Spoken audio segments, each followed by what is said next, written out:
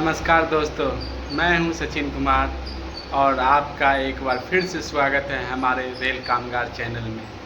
आज मैं आप लोगों से बात करना चाहता हूं कि कुछ हमारे देश के जनता या हमारे पैसेंजर हमेशा रेलवे से शिकायत करते हैं कि ट्रेन में समय से लेट हो जाता है या बहुत भीड़ हो जाता है, लेकिन रेलवे वाले कुछ नहीं करते हैं।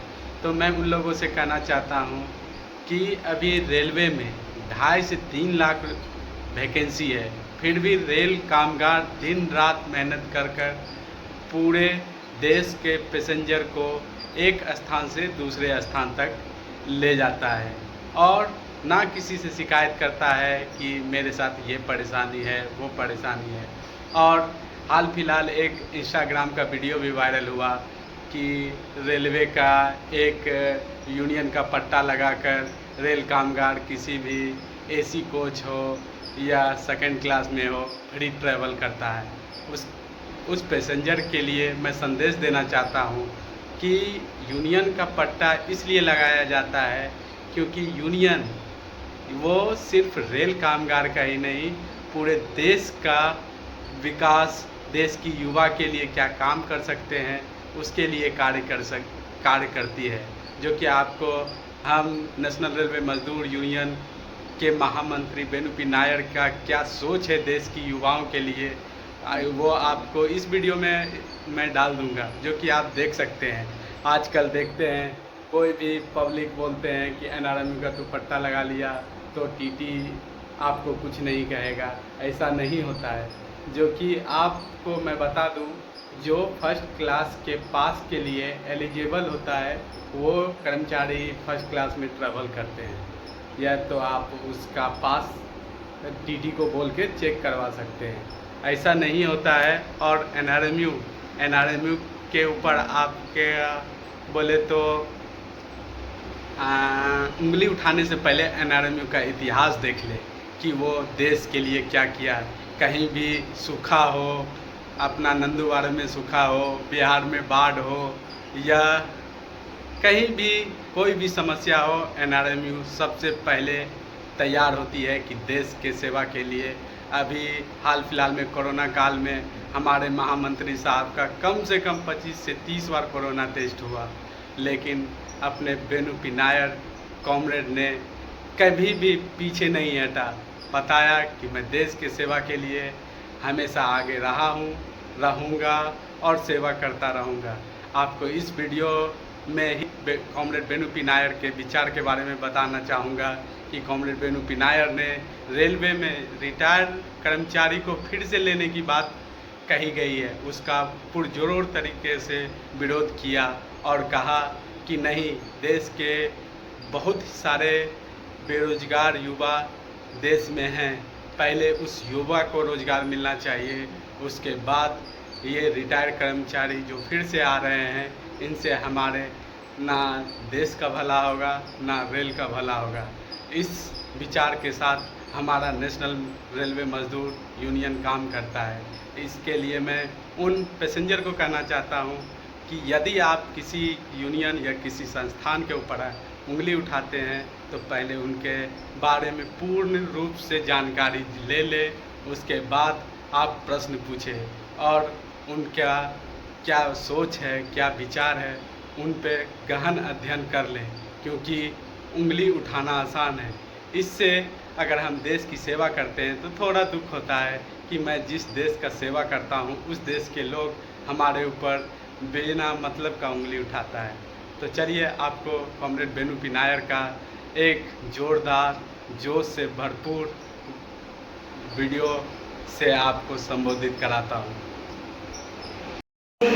हमारा जो 12 ट्रेनिंग में होगा, एक साथ मिलकर आह्वान किए, उसी तरह की कर्म का वितरण करें। मैं आपको कहता हूँ, और रेल के कर्मचारियों के लिए खास करके जो हम रेल के कर्मचारी हैं, रेल के बारे में सोचने की जरूरत है।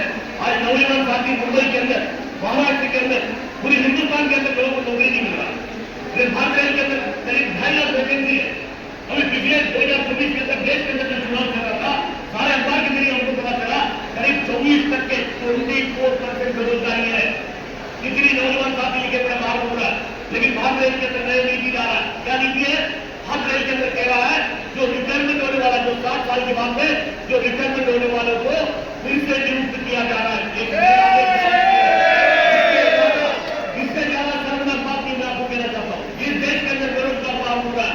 अपने लोगों के घर में जो बच्चे बैठे हुए पूरी पूंजी लगा के पढ़ाने के बाद उसको नौकरी नहीं मिल रहा, लेकिन इधर 60 साल में रिटायरमेंट होने के बाद उसको वापस रेल के अंदर लाने के काम कर रहा है।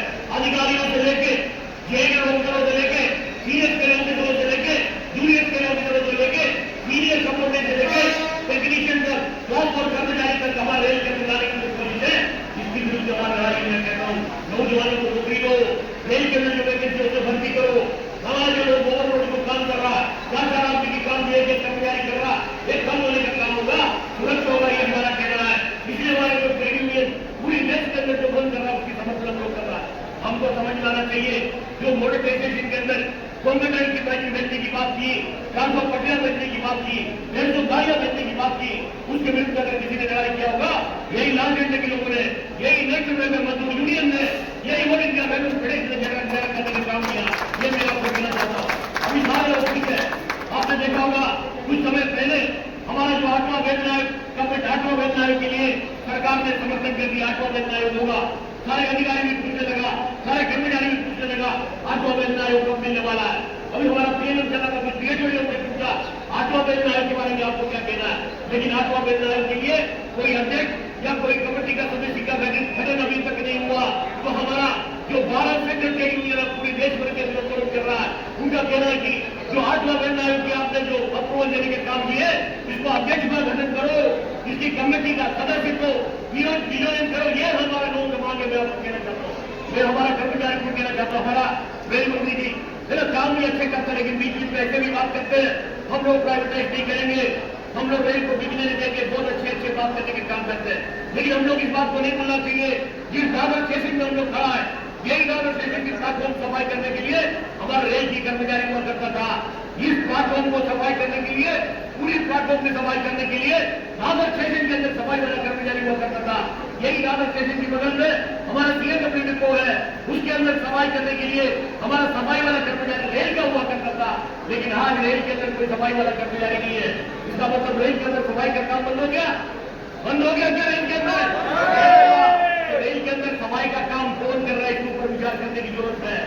रेल के अंदर सफाई का काम कर रहे हैं, ठेके में लोग बुला के काम कर रहा है। इसको महाराष्ट्र राज्य सरकार जो न्यूनतम वेतन की बात कर रहा है, जो भारत सरकार न्यूनतम वेतन की बात कर रहा है, उसको मिल रहा कि नहीं मिल रहा, कोई पूछ रहा क्या? नहीं पूछ रहा। लेकिन आदरणीय प्रधानमंत्री जी को धन्यवाद देना चाहता हूँ। उन्होंने कहा था जितने भी उनके सरकार आने के बाद जितने भी हमारे इस तरीके से जो काम करने वाले कर्मचारी है, उनके बैंक में खाता होगा तो खाते के जरिए पेमेंट दिया जाएगा, कहने के काम किया था। लेकिन हमारे जो ठेके में काम करने वाला कर्मचारी, उसको न्यूनतम वेतन शायद कागजों में हो सकता है, शायद उसके अकाउंट के अंदर पैसा जाता होगा, लेकिन ठेकेदारों ने उनकी एटीएम कार्ड अपने पास रखे उस गरीब कर्मचारियों को पैसा विड्रॉ करने का काम करते हैं। इसको आप लोग को याद आना चाहिए, हम लोग समझ में आना चाहिए।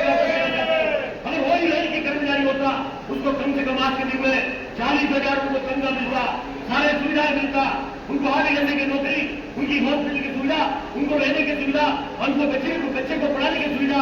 अगर कोई महिला कर्मचारी आएगा तो महिला कर्मचारी होगा, उनको सीसीएल उनको डिलीवरी के समय में छुट्टी 6 महीने का, सीसीएल 2 साल का छुट्टी, ये समय रेलवे के कर्मचारी होता था, मिलता था। लेकिन जो ठेकेदारी वाला कर्मचारी है, उनको क्या जीने का अधिकार नहीं, उनको शादी करने का अधिकार नहीं, उनको बच्चे पैदा करने का अधिकार नहीं। लेकिन उनको अगर कोई प्रेग्नेंट हो जाएगा, कोई डिलीवरी हो जाएगा, कोई ठेकेदार 1 दिन की भी छुट्टी उसको देता नहीं, 4 दिन भी नहीं आया होगा तो उसको पेमेंट काटने के काम करते हैं। इसकी विरुद्ध हमारी लड़ाई है। हमारा कहना है सुप्रीम कोर्ट से एक आदेश निकला था, स्थायी रूप में काम करने वाला जितने भी कर्मचारी है, स्थायी रूप में जहां जहां काम है उसको प्रबंध करना चाहिए। लेकिन सरकार करने को तैयार नहीं, गरीबों की तरफ देखने को तैयार नहीं। अडानी अंबानी कभी रेल खरीद लेगा पता नहीं, अगर अडानी अंबानी रेल खरीद लेगा, आज ये लोकल में सफर करने वाला, मुंबई सबरबन के लोकल से सफर करने वाला, मुंबई से गोरखपुर जाने वाला, मुंबई से चेन्नई जाने वाला, मुंबई से गुजरात जाने वाला, मुंबई से दिल्ली जाने वाला, ये रेलगाड़ियों में यात्रा नहीं कर पाएगा। मैं आपको कहना चाहता हूँ, आप इस बात को मत भूलिए। अभी कुछ दिन पहले अहमदाबाद के अंदर एक एयर इंडिया का एक विमान का दुर्घटना हुआ, आपने देखा होगा। वो एयर इंडिया किसका है? आज के दिन में टाटा का है। तो आप इस बात को समझना पड़ेगा आपको। लेकिन हमारा जो महाकुंभ हुआ, इतने सक्सेसफुल तरीके से महाकुंभ हमारे देश के अंदर नियोजन करने का काम किया, उसके अगर क्रेडिट किसी को देना होगा, भारत रेल को देना होगा, भारत रेल की कर्मचारियों को देना होगा। मैं आपको कहना चाहता हूँ, क्योंकि एक प्रोडक्ट लेके हमें हमारे वहां पर जो बड़े जाने के काम किए, ये हमारे रेलगाड़ियों में लेके जाने के काम किए। एसी के अंदर भी लोगों ने तो टिकट 1 लाख के अंदर घुसने के काम किए। लेकिन हवाई जहाज वाले ने, टाटा वालों ने, इंडिगो वाले ने, जितने भी प्राइवेट कंपनियां 5,000 की टिकट 50,000 में बेचने का काम किया, 5,000 की टिकट 25,000 में बेचने का काम किया। लेकिन कोई पूछताछ करने वाला नहीं था। वही भारत रेल है, गरीब लोगों को, हिंदुस्तान के गरीबों को महाकुंभ में पहुंचाने का काम किसी ने किए। हम आपने किए, इसको मत भूलिएगा। इसलिए हमारा भारत रेल को जिंदा रखने की जरूरत है। 2020 के अंदर जब कोविड महामारी आया, आपने देखा होगा इसी नागर स्टेशन के अंदर हमने बहुत सारे फोटो खींचे। एक आदमी यहाँ दिखते नहीं थे, पुलिस वाला आरपीएफ छोड़ के कोई एक आदमी नागर स्टेशन में दिखता था। अगर कोई किसी ने दिखा होगा, हम जैसे कोई यूनियन की कार्यकर्ता दिखा होगा, कोई आदमी कहीं दिखा नहीं। उसी कोविड के समय में भी इस हिंदुस्तान को किसी ने बचाया होगा, भारत रेल की कर्मचारियों ने बचाया जा सकते हो। भारत रेल में किसी प्राइवेट कंपनियों में होता, अनिल अंबानी के पास होता, नहीं बनता। क्योंकि भारत रेल की कर्मचारी उस कोविड के समय में दिन रात मेहनत करने का काम किया। एक कोने से लेकर दूसरे कोने तक, अनाज से लेके, दवा से लेके, ऑक्सीजन से लेके सारे साधनों में किसी ने पहुंचाने के काम किए, भारत रेल की कर्मचारी ने पहुंचाया। इसलिए मैं आपको कहना चाहता हूँ, भारत रेल को जिंदा रखना जरूरी है। अगर ये 44 को 4 करोड़ मिलाएगा, यूनियनगिरी को खत्म करा देगा, लूटमार हो जाएगी रेल के अंदर, रेल बिजली को देने लगेगा। इसलिए हमने सोचा वो भारत देश का भी भारत बंद को कम से कम नेशनल मजदूरी लिए, जो मध्य रेल की और कांग्रेस रेल की ऑल इंडिया रेलवे फेडरेशन जो देश भर का सारे जोर के अंदर ये आह्वान किया, जो हड़ताल को हम लोग संगठन करिए। इसलिए उसी बात को लेकर समर्थन करने के लिए हमारा काम आपके बीच में। मैं ज्यादा समय नहीं लेना चाहता हूँ, क्योंकि हम लोग बहुत सारे लोग होता हुआ इतने कम लोग क्यों, क्योंकि हम लोग ज्यादा जगह में जमा नहीं करना चाहता। सीएससी में कार्यक्रम है, यहाँ कार्यक्रम है, कल्याण में कार्यक्रम है, इलेक्ट्री में कार्यक्रम है, लोहरवाला में कार्यक्रम है, मंडल में कार्यक्रम है। हर मंदिर में अलग अलग जगहों में हम लोगों ने कार्यक्रम करने का फैसला किया, क्योंकि हमारे मकसद है जो यात्री है, हमारे भाई बहन है, हमारी माँ, हमारी घर के सदस्य है, उनको कोई तकलीफ न हो जाए, ये भी हमारा उद्देश्य है। इसलिए हम लोग अलग अलग जगह में कार्यक्रम करने का काम किया।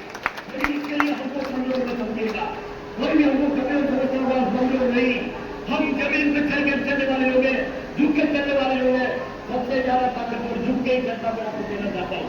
इसलिए ज्यादा न कहते हुए, खास करके हमारे जो आरपीएफ सीआरपी के लोग, जिनको कभी भी कितने भी सलाम किया तो कम पड़ेगा। क्यों?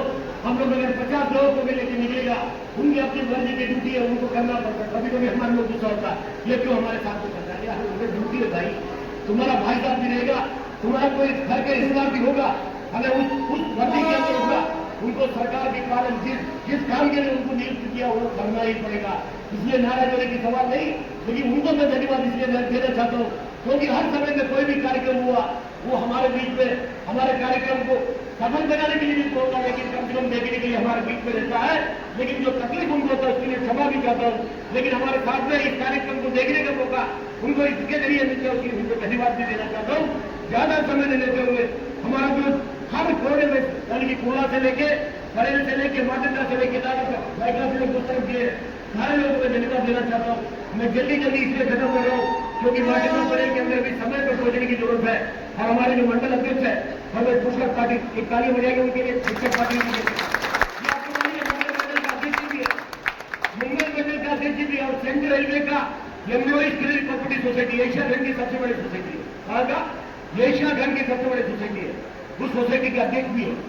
देखिए किसी को लगता है कि हमारा सोसाइटी का अध्यक्ष है, और छोटा मोटा जो पदवी भी होगा, जिसकी 50 लाख की धन भी होगा, वो भी किस तरीके से चलता पता नहीं ये भाई। लेकिन ऐसी खबर का हमको लगता है इनकी सोसाइटी के अंदर 25,000 का भी धन नहीं, ऐसा लगता है जिस तरीके से खड़ा रहता है। खालियां बजाओ ऐसी साधारण हम लोग कर्मचारी की बात करता है, कर्मचारी की हित की बात करता है। बहुत सारे लोग हम लोग से बात करता है, सुबह हम लोग लोन के लिए अपनी से दिए, हमको लोन नहीं मिले। अगर किसी को भी नहीं मिलता होगा तो मेरे नंबर सबके पास है, भेजिएगा। आपको सही 3 बजे के पहले आपके अकाउंट में पैसे लाने की जवाबदारी मेरा। जिसको भी जितने भी तकलीफ है दूर कराने के काम हमने किए, लेकिन चुनाव के दौर में दूसरे लोग फिर चलाने के काम करते, उल्टा पलटा बोलने के काम करते, सारी चीजों में नहीं जाता हूँ। कम समय काफी है, हम लोग उसी काम में लगे हुए। जो ज्यादा समय लेते हुए एक जोरदार नारे के साथ जोर से सबके मुंह से आवाज आना चाहिए। अभी सबके मुंह से आवाज इसलिए आएगा क्योंकि लोग मालूम क्या मैडम को भाषण कर रहे हैं?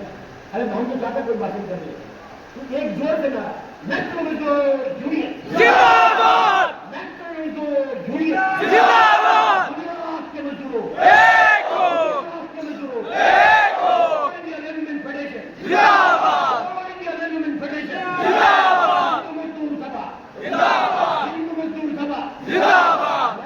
एचएमएस के भी उपाध्यक्ष हूँ। ऐसी पद है बहुत है, एक एजेंट गिना सकता है, लेकिन बाहर कब काम करे मुझे पता नहीं। लेकिन आप लोगों से उम्मीद है निस्वार्थ होकर इस झंडे को ताकतवर बनाइए। देखो भारत रेल के ऊपर खतरा आने वाला है। भारत रेल के ऊपर खतरा मतलब आपके घर के ऊपर खतरा, भारत रेल के ऊपर खतरा मतलब जो भारत के जो गरीब लोगों के ऊपर खतरा, वो अगर आप नहीं चाहता है इस लाल झंडे को ताकतवर बनाना पड़ेगा। हमको संघर्ष के लिए तैयार रहना पड़ेगा। मैं आपको कहना चाहता हूँ जितने भी कोई भी आ जाए हमारे रेल को कोई बाहर का धक्का नहीं पहुंचा सकता। मैं कह सकता हूँ वो ताकत रखने वाली हम है। इसलिए आप सभी को और एक बार धन्यवाद देते हुए, शुभकामनाएं देते हुए, खास करके हमारे आरके वर्ग के लोग हैं उनको सलाम करते हुए मेरा भाषण समाप्त करता हूँ। धन्यवाद। इंकलाब जिंदाबाद, लाल किला।